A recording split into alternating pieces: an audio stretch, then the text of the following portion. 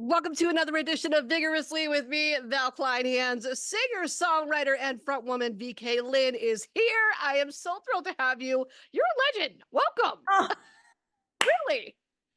Really? oh, that's so kind.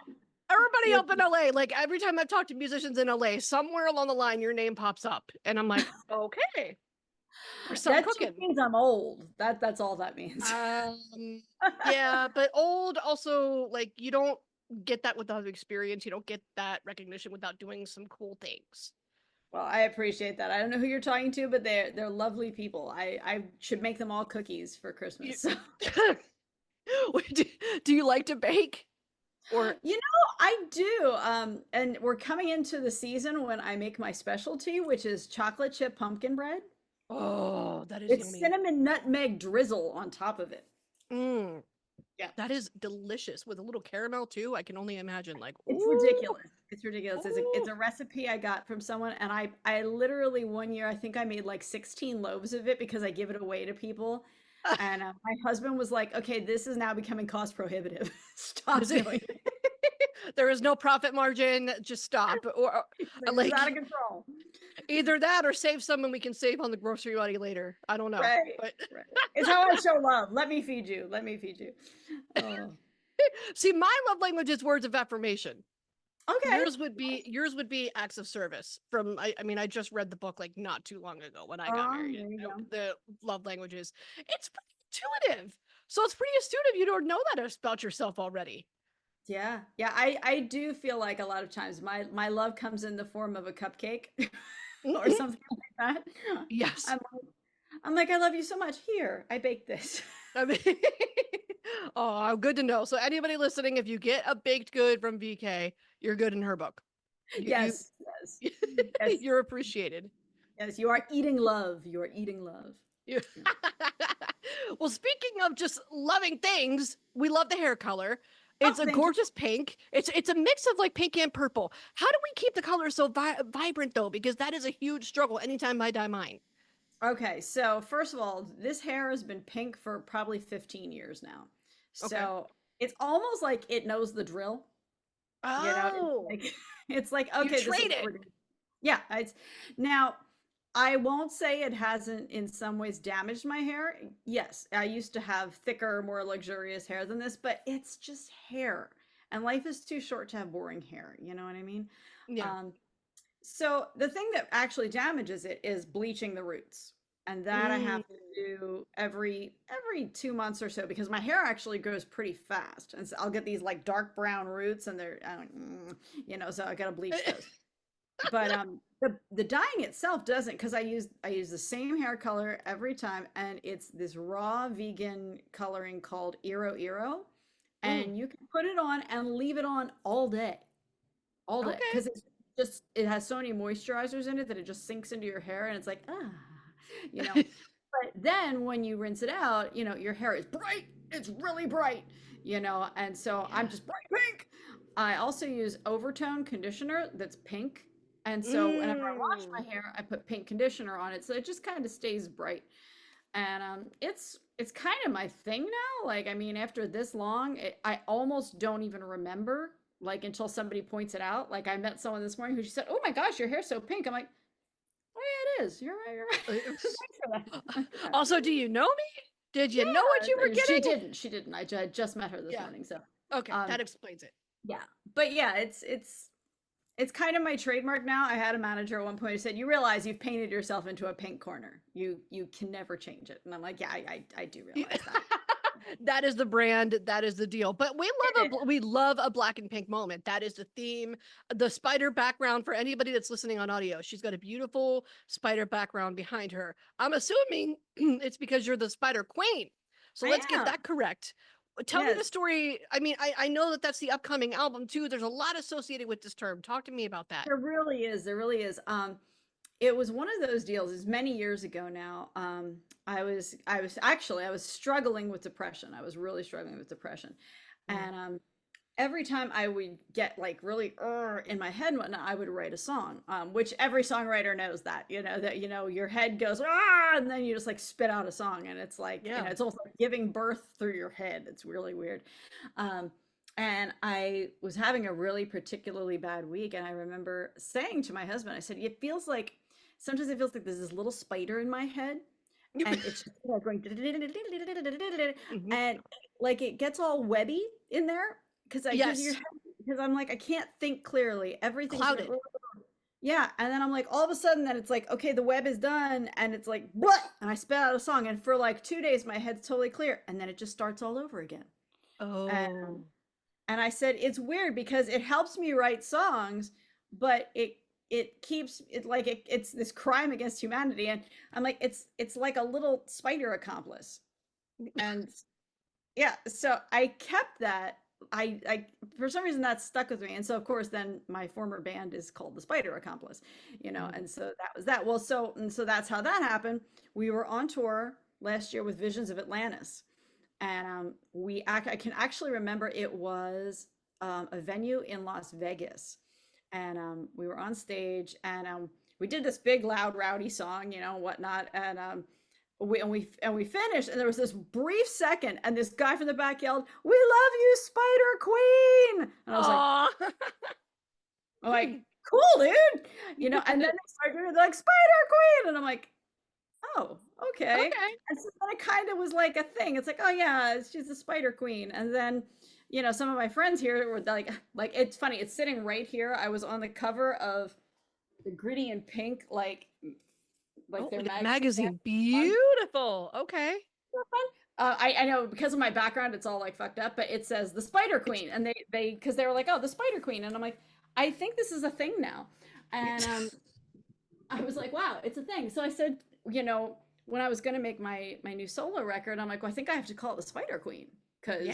this is kind of the deal now. And it was interesting because on that same tour, we had gotten a review. A reviewer came out and he said, the Spider Accomplice, they're like, VK Lynne is actually like a giant spider because of the way that she crawls around the stage and like does these things and whatnot. And I'm like, and by that point, we were so deep into the tour, and my knees were so sore from all of the Oh. crawling and sort of whatnot. And I'm like, yeah, but I can't stop doing it now. Now I've done it again. I've put myself in this position where I gotta keep doing it. So I'm like, well, here we go. Knees be damned. So drink your collagen and your coffee and just keep crawling, bitch. So like, Let's go. It's go time. So let's we go. we've put ourselves in a pink box corner. We've spidered ourselves into a corner. What You other know, corners can yeah. we find? I know. It's like there were a few days I said that. I was like, you know what? Some days you just got to get up, draw on your eyebrows, and crawl around a stage. That's just And you that's the day of the Spider Queen right there. That's what you got to do. but so in real life, are you cool with spiders? Are we afraid of spiders? How do we You know, feel about I've got actual spiders? I've got a mixed thing with spiders. I like them because they actually are our friends. Like Yeah, yeah, spiders. yeah. They clean gardens. Yeah, they're here to eat the bad things, and most of the time they got no problem with you, man. They're cool. Every once in a while, though, every once in a while, like my husband was outside doing yard work, and he comes in, and it was late. He shouldn't have been out in the dark because he knows. I mean, this is Los Angeles, so we have black widows. We have them, Right. and he comes in the house and he's like, "Hey, I think there's a black widow out there," and I said, Ooh. "Oh," and he said, "Come look." I'm like. Okay. I'm like, okay. So it was like, Mom, come look. And I'm like, okay, okay. So I go outside and there she is. And I mean, she's big. She is. She's like, Ooh. She's a big girl. she's a big girl. Like she's lived a life. I'm like, she's got stories. Like she gets up in the morning with a cup of coffee. She's like, let me tell you. I know. I'm like, Her name is Bertha. I'm seeing it now. Her name Barbara, is yes, Bertha. Bertha has girl. her rollers in and she's got her cup of coffee and then she's a truck driver on the side. That's Oh, Bertha. got 18,000 children in my garage, no doubt. Um, and she's got this big red hourglass on her back. And I'm like, oh. That's yep. And he said, so what do you think? I said, I think it's time for Bertha to go. And he said, Yeah. really? And I'm like, yeah, because I said, here's the thing. I don't want to kill Bertha, but I don't want Bertha to kill you. So Yeah. Yeah. I said, if it comes down to husband or spider, well, I'm like, it's a Sorry, tight Bertha. race, but you know, because I'm like, I can't have you coming out here and all of a sudden you get bit and then we're going to the hospital and all that stuff. So I'm like, Yeah. I was like, girl, Let's not I'm do like, that. Let's Yeah. not do So that. as long as they aren't gonna, Hmm. attack somebody, and Hmm. most of the time they're not. Most of the time they're not. It's really occasionally when you get those ones like the brown recluses, like Oh yeah, yeah, just random. they are serious. They are not kidding around. They're about this big, and they're like, "Do Hmm. not fuck with me. I will They kill yes. you." Or and they like I know people that has like some scar tissue and skin grafts after being bit by one, and I'm like, oh my god, like because you never see them coming, and there they Oh, are, and then you feel it. I mean, I was terrified because I thought I was bit by one once, and I will uh, never like. Oh, I was vacuuming and I lifted up a carpet to get, I guess, the or no, it was a rug, and I lifted up the rug to get the carpet underneath with the vacuum, and sure enough, something bit my hand, and ah, and I see a spider crawl away, and it was brown, and I was like, "Don't tell mm, me." I was like, "No, no. this better not be what I think it is." And but I felt it. It was like a little sting, and I've Yeah. never had that happen with the spider before. I've been stung by bees before, but that was my first spider encounter that in that manner. So I Yep. tell who is now my husband, my boyfriend at the time, and he goes, "Did you get bit by what I think you got bit by?" I'm like, "I don't know." He goes, "Well, we're gonna drain it and hope for the best." And I was like, "What do you mean drain it and hope for the best?" He goes, "You got to cut it open and get the venom out." I'm like, Wow. "Don't What a guy. don't Eagle Scout this," because he loves Boy Scouts and he was an Eagle Don't Scout. Eagle Scout this. I'm like, don't Eagle Scout this. He goes, "No, trust me, we got to do this and we got to do it quick." And I was like, "Fine, give me a handkerchief and put on some Slayer so I have something to bite Wow. into." And then his dad caught on to what happened, and he was like, "What are you two morons doing? Stop." He's like, and then I went to Med Express and got Benadryl, and all was right with the world. But Oh, he was yeah. literally going to cut. He was literally going to take a knife and cut above where I was bit or whatever to drain it. And I was like, okay, but if we have to do it, listen to Slayer, please. Well, Yeah. we Yeah, have to. it's But never a good idea to do no, these things yourself.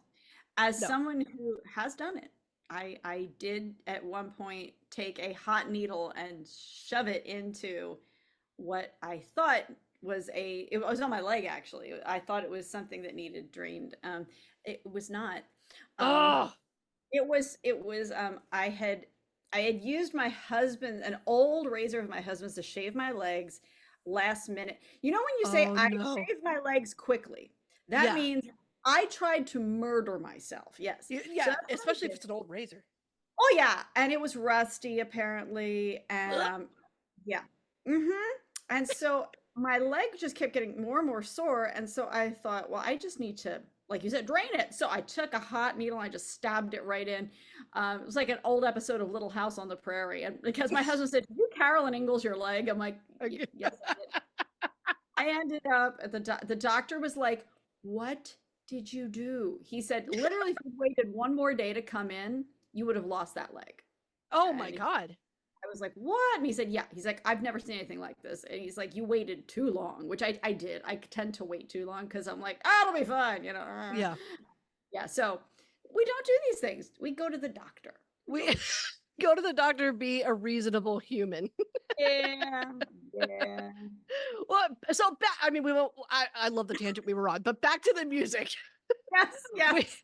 we talked a little bit about your time with bands.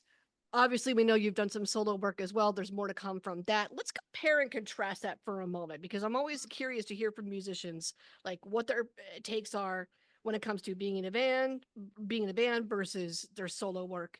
Advantages, disadvantages, general thoughts. What do you think? Um, I mean, both have their place, you know what I mean?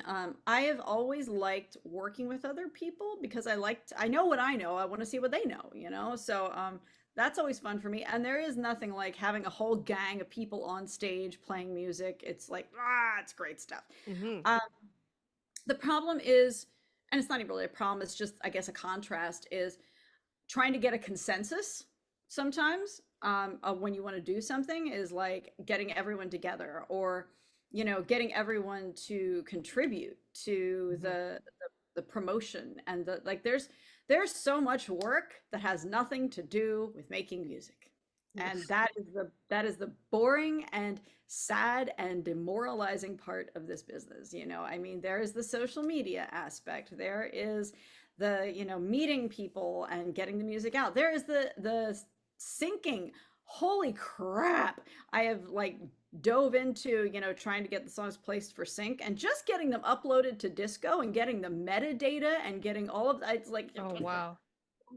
just stab my It- eyes out. It's like, and you know, and so you spend your days trying to get all that done, go to all the seminars and the Zoom meetings and all the things that you're supposed to do, and do all the promotion, do the posting, and respond to all the comments and all that stuff, and mail all the Mhm. merch and all that stuff. But then you also have to write the songs, and you have to go work out so that you can crawl around a stage, and so Yes. there's just a lot to do. And without fail, in a band, there's always at least one guy who just won't do it. Who's like, Mm. and I can, part of me can respect that it's like, yeah, I don't want involved with that. But then it's like, yeah, but somebody's got to do it. And Mhm. and because those people always want things, though. They always want to go on stage. Right. They always want to have shows, but they don't understand that having shows means you have to have a social media presence and then contacts with the booking person to do that. And That doesn't network and happen. maintain those relationships. Right. It doesn't happen overnight. It sure doesn't, and it doesn't happen on its own. So sometimes it's like, you might as well be alone. So God, yeah. it's like if I'm doing it, so there have been times when, like I said, having a band is great, and there's nothing like that great feeling of like I said, having everybody together on stage and having everybody, in a van or on a tour bus, and you're just like, yes, rah. But then there's the moments when you're just trying to get shit done, Mhm. and it's like, it's just easier to just be able to unilaterally make decisions and not have Right. to ask anybody what they think, and because it's like, yeah, we're just do it this way. Yeah. And So it that sounds was what's great about this solo record too, is like, I wanted to do some weird shit, with, yeah. I wanted to try a bunch of different things musically, and I didn't really want to ask anybody. I just wanted to do it. Yeah. So and it's been fun. It's been really S- fun. So it sounds like it's been a relatively smooth transition going from one to the other then. Yeah. Going from being part of a band to doing everything on your own with a solo project. What can we expect from the Spider Queen, the album? Because this is what we're excited about right now. Oh, good. Well, I'm glad you're excited because I'm excited too. So my thing for the year is I decided, okay, we're going to do this record, but we're not gonna do the thing of where we hide in a hole for six Mm, months, make a record, and then burst out with a record, because after 6 months in this climate, and you disappear like that, people will be like, wait, who are you? What happened? What? All the goodwill that you built up is gone. right. Also, what I found is like, it is financially a lot more reasonable to spread that shit out, you Is know? it? Okay. Yes. Oh gosh. I, If I, you're I- gonna, I'm learning. Yeah, I wouldn't know. But so yeah. that's what you found. Because I was going to ask this too. It seemed like there was a strategy when it comes to what you're talking about with you're consistently putting out, I think, what you're on single number 8 at this point, and you've been doing this for months now Yeah. to hype this thing up. So that was intentional, it sounds like. And what are Yes. the benefits that you're finding from that? It's financial ones, apparently. Well, I've been finding that there's a bunch of benefits. There's a bunch of benefits. The goal is for 2024, every month, a song and a video Mhm. every month. Putting that kind of expectation on yourself is interesting, because it's like, there are days when you're like, oh my god, I got to meet this deadline. It's like, wait, I made up the deadline. I did this is my fault. I cannot blame anyone. this is Yeah. this is me. So it's good because you're pushing yourself to constantly be creative. Like, there's no it's you've seen Elf, the movie Elf. Yeah, of course. Yeah. I said to someone, every release day feels like Christmas on in the movie, when Hmm. it's like, so we've had another successful Christmas, yay! And now it's time to get ready for our next Christmas. It's like, Right next. exactly, like, because my Mhm. producer, God bless him, my producer Cody Johnstone, he's produced every song so far, and he is on this adventure with me, and he he has seen some dark days, man.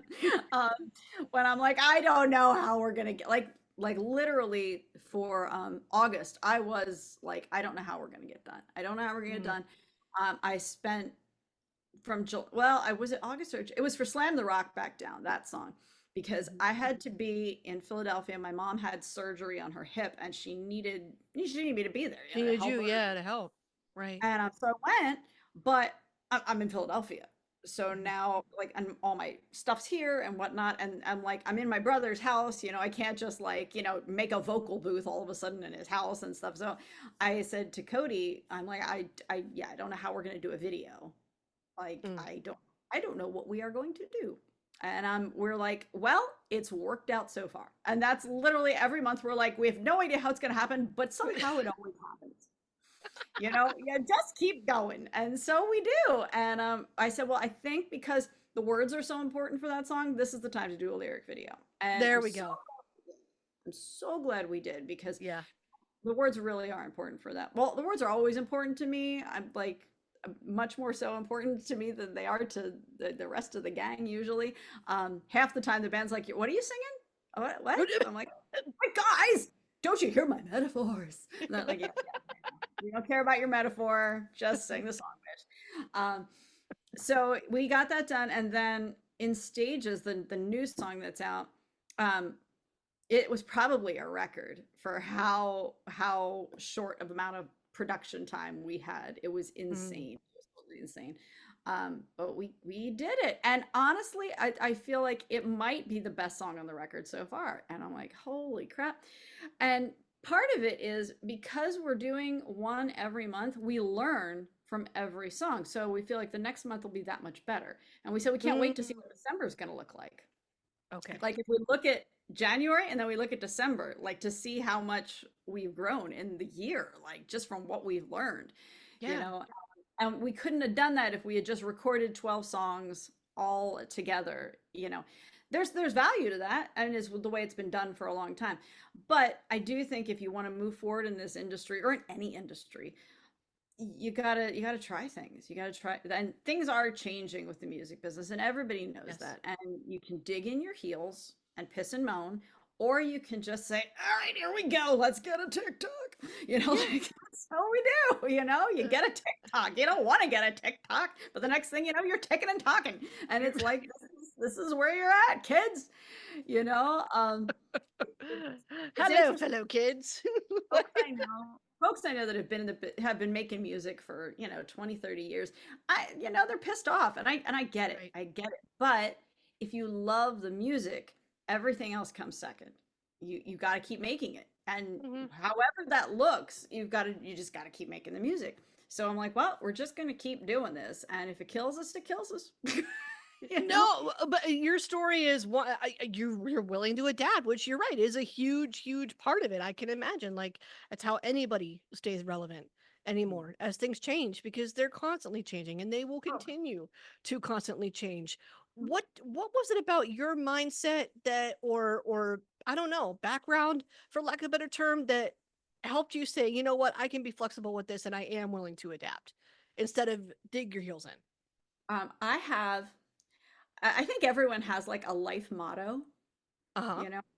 And mine came from a book that I read when I was 11, which is, Okay. I know it's very bizarre, but it's an obscure book kind of. It's called Julie of the Wolves, and somebody out there I'm sure has read it. But it's I like the about a title. yeah, it's about a young Eskimo girl, and she is traveling literally across Alaska alone, trying to get to her father, and Okay. uh, and he raised her to believe in the old way of how the Inuits lived and whatnot, Mhm. and then of course she gets there and realizes that in all the time she's seen him, he's modernized and living in a house with electricity, and she's just like her mind's blown because she's been like for Oh. months out in the tundra, living in wolf skins and things. And she's like, what? So she has these huge crises. But as she's going along, she keeps remembering there's a proverb that he had taught her when she was a little girl. And it's when fear seizes, change what you are doing. Something is wrong. Mm, okay. And I have always kept that in my head, and I have always been more afraid to stand still than to move. Like stagnation scares the crap out of me. Mm. Um, we when we moved here from Philadelphia back in 2001, I mean, literally, we just packed all of our shit into a U-Haul and moved out here. We didn't know anybody. We didn't have jobs. We just moved. And Yeah. our friends were like, "Oh my God, that's so crazy. That's so brave." And I'm like, "No, it's not. It's. I was scared to death to spend one more day in Philadelphia There's because I something knew about Pennsylvania and people like not wanting to leave too. I'm from Pittsburgh, and they're the same. There's the same way. Like if you like, I was one of the freaks that left too because I couldn't find work, and so I ended up in Minnesota. But there's something about that mentality where it's like if you stay there, I don't know, people just want to that's stay. East Coast. And It that's the thing, is. you know. I mean, like, and that's the thing. Once you're Philly, it's like people say Philly, and you're like Philly, and you can't stop yourself. Like, it's Yeah. crazy. It's like you're always Philly.